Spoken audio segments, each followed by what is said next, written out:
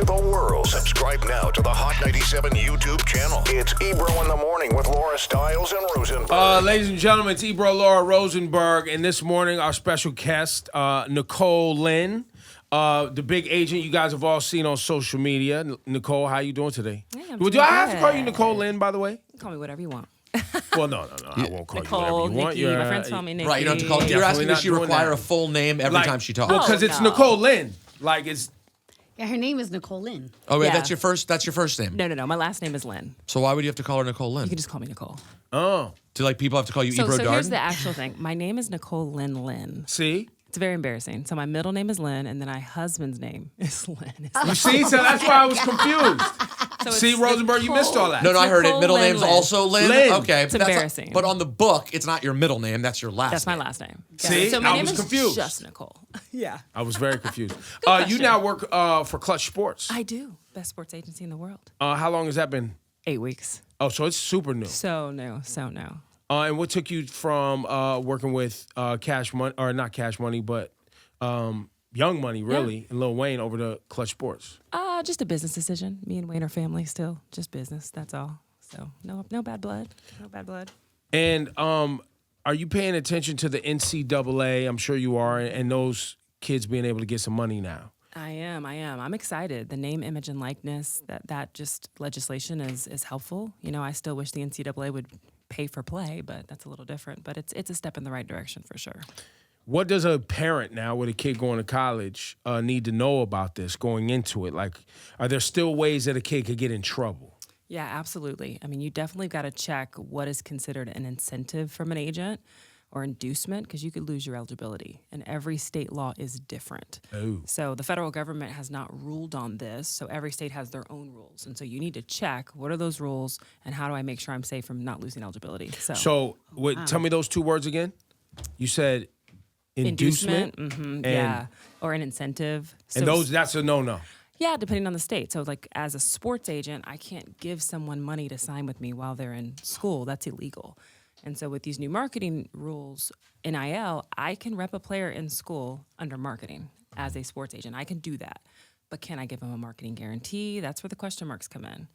You know, marketing guarantee is basically cash up front saying, hey, here's 50 grand. I promise you I'm going to get you at least 50 grand in marketing. Here's the upfront amount. No upfront money for the kids. That would be an inducement? Yeah. So usually you can give that when the draft's over, or sorry, when their eligibility's over. But, you know, it's not clear. Now, what about players in college and wants to go to an autograph signing and someone says, hey, $50 an autograph, come out and we'll get you some money? Yeah, I mean, most states that seems like it's going to be fine. I'm not giving legal advice here, but yeah, that's fine. And what about, will jerseys now start selling with names on them as well? Again, it's state specific. I mean, there's certain states that say you can't use the school's colors, so it depends, right? Like you could use your name, but you can't have our colors, can't have our logo. So it's such a weird world right now. Like we're being careful with it because, you know, the rules are not super clear. So it's going the right direction, but it's not all the way there It yet. sounds like weed legalization. It does. Where they're Really still good analogy. Where they're still figuring it out. And it was state by state, and then the federal government came in. You have to educate yourself because you can get caught up and really ruin everything. Everything. And then just with players, like you've got to be careful because NFL teams are watching you. Right. If you're on every commercial as a freshman, they're going to remember that when the draft comes out. So you got to be careful with Tell me navigating they're your going to brand. remember It's a that bad when the thing? draft comes out. Yeah, Tell me what that means. It can be. I mean, you don't want to be the person that doesn't look like football's not the number one priority or whatever sport you play. Got it. Right, It's like, right. oh, I just want to be famous. Teams remember that stuff. So you got to, there's a balance there of how much to That's do. key. Yeah, it's a That's tough. a key where the impression that a team gets is that your priority is not playing what they're paying you to do. Exactly. So I definitely think guys should, use their name, image, and likeness to make money, but just do it the right way. Be safe, follow the rules, the small rules that we have. We're still waiting on the federal government to say something. Oh, well, why? The federal government's always so on point, always so quick. Always, right? I was going to show you something in the paper today. Okay. I think it was today's paper about one of your clients. Where the hell did it go? Good. It was about just how good the Jets are going to be. Because of Quinnen Williams, excuse me. They are. And, how excited are you about young Quinnen Williams? I'm so excited. The last time I was on this show, you guys actually called that he would probably go to the Jets. Well, Rosenberg did. That's ESPN's own Rosenberg, by the way. If I said that, it just means that's what people were saying at work. He had some inside scoop or something. No, I'm excited. It's a Pro Bowl season coming. He's going to ball out.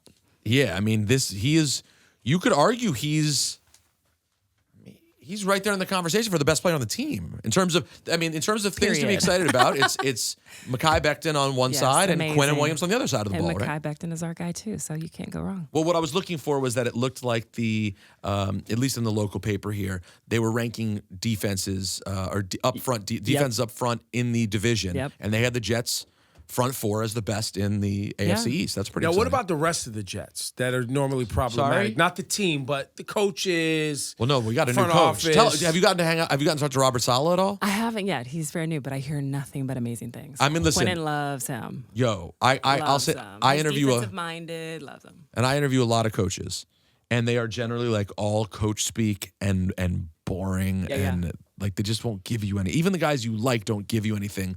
He's like a real person. Yeah. He's a real Heard nothing but ticking good heartbeat human being. I don't know, man. He's interesting. He also has like 8 kids or something. So Really? he's a different kind of Oh, cat. so his managerial skills must be got amazing. Yeah, he's got a lot going on already. So I'm excited for Quinnen. I mean, we'll see. They have obviously new quarterback. Sam Darnold's gone. It's gonna be a new thing for the Jets this year. I'm excited. Big future. So we'll see. And who else? You also have Wow, that Sam Darnold thing was grand opening, grand closing, wasn't it? that was no. I mean, it was open for a few years, and the closing was grand though. And now you also have a quarterback who's going to be getting a look this year, Jalen Hurts. Yeah, He'll super excited. Expected to take the helm in Philadelphia. yeah. How nerve-wracking is it? Oh gosh. Like, is it sort of like a family member or a kid playing on Sundays? Like, You know, it's funny because this is my first time repping a QB, and it's very different watching a quarterback than any other player. Because like when I'm watching Quinnen, I'm not a fan of any specific teams. I don't care how the team does. I care about the player. But when you rep a quarterback, you want the team to win because the win or the loss, all of it matters. feels like it falls on the QB. But yeah, no, I have severe anxiety watching those games. It's terrible. did you? What did you think when Jalen got pulled out of that game in Week 17 against Washington? That was a I big don't know. controversy here because it kept the Giants out of the playoffs. I don't even remember any of that. Oh, I don't wow, it's remember interesting. that. You I blocked don't it even out, know what you blocked it happened. out. So will there. you have a plan for watching him on Sundays? Because that I imagine seriously that'll feel like a big deal for you. Are you just going to be there every time, or I can't be there every time because I've got other players, but I'll definitely be there supporting and then closing my eyes on the big moments. so other players would feel away? You're saying if you only show up at the quarterback's games? I think that would be a little tough. Yeah. Okay, that might makes get sense. fired. All right, makes so sense. Nicole, you have a new book. Yes, Agent I You. do. Yes. You have Damn, Laura, you don't want to talk about sports anymore, No, huh? well, she's She's here on to to talk the about book, her book. man. Let's talk about your book. That we have to sell some books, Ebro. Let's sell some books, Ebro. I'm thumbing through the book right Yes, now. tell us about the book. I will. The book is called Agent You, Show Up, Do the Work, and Succeed on Your Own Terms. And so this book really pulls back the curtains on my unfiltered, raw journey from childhood poverty to kind of where I am today as a sports agent. But it's not a memoir. It's really a self-help book. So you're going to get those raw stories, but it's also the blueprint to how I did it. So really being Agent You is about being your own agent in life, learning how to advocate for yourself, learning how to get a seat at the table, learning how to unapologetically live in your purpose. So if anybody that's listening is chasing a dream or has a goal that's not realized, this is the book for you. Making history as the first black female sports agent to land a top 3 NFL draft pick, Nicole Lynn shattered the glass ceiling and is a rising icon and an unstoppable mega force behind some of sports' biggest names. That's the foreword. You know- see who wrote that? Who did write this? Gabrielle Union. Gab! Yeah, that's Gabrielle Union there. Oh, yeah, forward by Gabrielle Union. There She's you go. amazing. Show up, do the work, succeed on your own terms. Actually, right here in the book, it says, or in the little cover, it says, top agent and attorney Nicole Lynn knows what it takes to smash barriers to succeed. Well-defined goals, a plan, and hard work. I guess let's start with this well-defined goals part as we kind of peel this back for people to go get Agent U. Yeah, I mean, When did you define your goals so well? Let's start there. I think it's when I determined what my life's purpose was. You can't even have goals until you see the bigger picture. And I believe if you're not walking in your purpose, you're just working and living to die. So finding your purpose should be the most important mission of your life. So find that life's purpose, and then from there, you can go backwards. And how did you know it was being a sports agent? Well, and was that the purpose, or is it something else No. that? So the purpose for you was being an agent. I think the purpose is helping young adults kind of navigate through life, and the conduit and stepping stone to that is being a sports agent. Got it. Because I also represent like a young rapper and, you know, some influencers and others, all very similar. So it's not about the sport, it's about the human. So for me, yeah, that was the purpose. Who's the young rapper you represent? Oh, little shout out, Gang Tai June. So he just dropped a new song yesterday, Hood Interrogations. He's going to be amazing. Get ready. Where's it from? He's from Tulsa, so he actually grew up from the same block that I did, obviously like a decade younger. Wow. Yeah, but there's some big stuff. He's about to go on tour with Kevin Gates in September. Kevin Gates, big deal. Yeah, he is. So I'll send you some music. Tulsa's got a great hip hop scene. I was telling Rosenberg, They I forget. Little Africa is Burning. They did a compilation that just came out that Motown did. Stevie View. I went to school with him. Yeah, so those dudes is really doing great work in Tulsa, and they took the house. So crazy story. The founder of the city of Tulsa built a mansion in Tulsa that was a replica of the Confederate general's house. Am I saying that right? I think so. Yeah. I don't And know all the anyway, details. a football player bought the house and turned it into like a live workspace in Community Tulsa. Center. Like a community. You know about this too, Yeah, right? yeah. It's like a community center, right? They have Yes. studios there, all this stuff, and it's Wow. owned by. It's basically like black people buying a basically a racist house, An and old turn it racist into house an and flip it. incubator for black creativity and black business and black art in Tulsa. And they I love continue to invite people in to share the history. Wow, that that's hasn't really been cool. told. Yeah. Yeah. Shouts to Tulsa. I Tulsa's forgot on you the were from come up. Oklahoma too. I'm from Tulsa. It's funny because nobody cared about Tulsa like 6 months ago, so we appreciate y'all. Growing up, well, obviously besides the family, how much, like when you go to regular school, Yeah. did you learn about the history of Tulsa? I went to a primarily black school, so I learned about it. But What I about think, your friends that weren't I don't black? think they knew. Yeah, I don't think it was taught at all. So I Living was in Tulsa. living in Tulsa. So I was fortunate, but it was. I went to Booker T. Washington High School. It was a magnet school. It was on the black side of town. Right. But I don't think anybody else learned. So I got really lucky. Isn't that crazy? Why? There's so much history and just like racism. Tulsa is very segregated in that it's very much like this side of the railroad track, that side. Probably the most segregated city I have seen. And I've lived all across the country. I mean, it feels like there's a line in the sand. But it's getting better.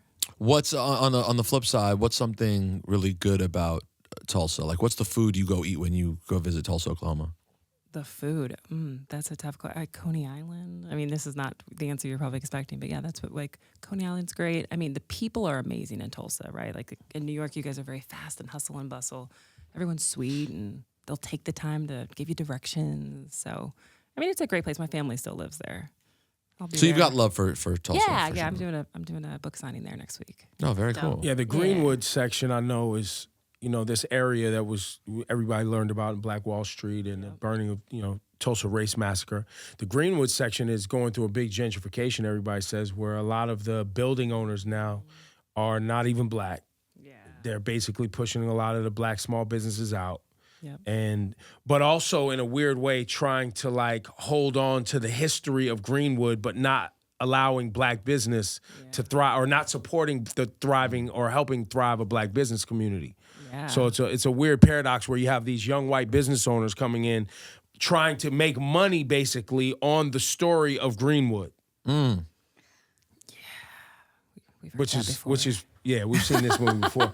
But it also there's a lot of talk around that in Tulsa, right? Because they tried to put up a museum, and people who are survivors of the Tulsa Race Massacre were like, so you want to spend millions on them, but you don't want to actually compensate us for burning down our homes and taking our land from us? That's so crazy when you think about it in that context specifically. Like, but you'll just make the museum instead. Yeah. So you want to make a museum, acknowledge spend it, tens of millions, right? Make money on people coming to visit and learn about the history, buy up the community because people are going to now travel and come learn about the history, but you don't want to compensate the people that actually experience the history. And it's not even like it's so massive a number of people that you couldn't get your, like, we can play the game around trying to do it on a national level and how there'd be complications there. Okay, we can play that game. You could never figure this out in Tulsa? Even with descendants, there's a way to figure that out. That's There's not that always a difficult. way. Yeah. Well, they don't, but see, the mayor, the people who control the city don't want to have to deal with this ugly reality. They want it to go away. Well, you know how tight then people are going to be when all of a sudden, in the mind of the racist who's still there, they're like, in their eyes, they're going to now see some black dude driving on the street in his new BMW because he got the money back from and that's the gosh, fear of that's every crazy. racist that they'll now be on the other side. That's what all racists fear, is losing power or privilege. Wow. Shout out to Demario Solomon Simmons. He's the black attorney representing all the descendants in Tulsa. He's Good for him, crushing it. man. Yeah, he's really been a great advocate for them. Now, in this book, Agent, you talk about doing the work which, often you don't know where the light is at the end of the tunnel. You don't know when, in the process of doing the work, showing up on a consistent basis, going about it the right way, you see people pass you, on the way to, success. And you're like, oh, this person got promoted because of X or Y, or because you are a woman, because you are a black woman, because you're not in the good old boy. Like, I'm sure you dealt with all of those obstacles and those feelings along the way. In this book, do you talk about the patience and navigating and... Yeah, I mean, the book is a blueprint, and so it talks a little bit about that, but you kind of touched on people getting jobs that maybe they shouldn't get. I mean, I talk about getting a seat at the table specifically for women. For me, a definition of seat at the table is getting the same opportunities as men at the same time. So you'll see women get the promotions and the salary increases, et cetera, but it's not at the same time. And so I walk the reader through, especially women, how do you make sure you're able to negotiate and advocate for yourself so that you do have a true seat at the table early? Because there are scenarios where, your male counterparts get opportunities before you. But yeah, I mean, the work, it's tough. What I do, you'll hear in the book, I worked 2 full-time jobs for 6 years. I was a full-time civil litigator, which is also a male-dominated industry, and trying to navigate, the full-time job and the hustle life, it's not easy. Not easy. Well, you found time to find love. Thank God, early on though. I've been married, 9 years, so wow, it all came earlier, and I think that was, it was all. Just and that's cool. So you've gotten to be on this journey with your partner also. Yeah. But my husband's actually a college football coach. Oh, really? Now he wasn't before, so we kind of all do. What college? He's at Houston Baptist, small D1 in Houston, so he's a DB coach. A lot of football in the house. That's all we do. We're sick of it. Yeah, I get you. Go pick it up, man. Support our girl Nicole Lynn, Thank Agent you. U. It's great to see you again. Go get the book. And look, keep fighting. Keep telling your story and keep helping. Just fighting the good fight. Yeah, helping young people and specifically putting on for black women and building that path for them too. Thank you, everyone. And the book is everywhere: Amazon, Barnes and Noble. I'm doing a book tour at all black-owned bookstores. So also, did you do a audiobook? Audiobook's coming out too. Because if anyone's So listening, this voice right here, I was in say the audiobook? the very Amazing voice. peaceful Nicole Lynn voice. I could see that being a very nice listen Good on voice. a plane. It's a It's a solid voice. It'll work. Thank you so much.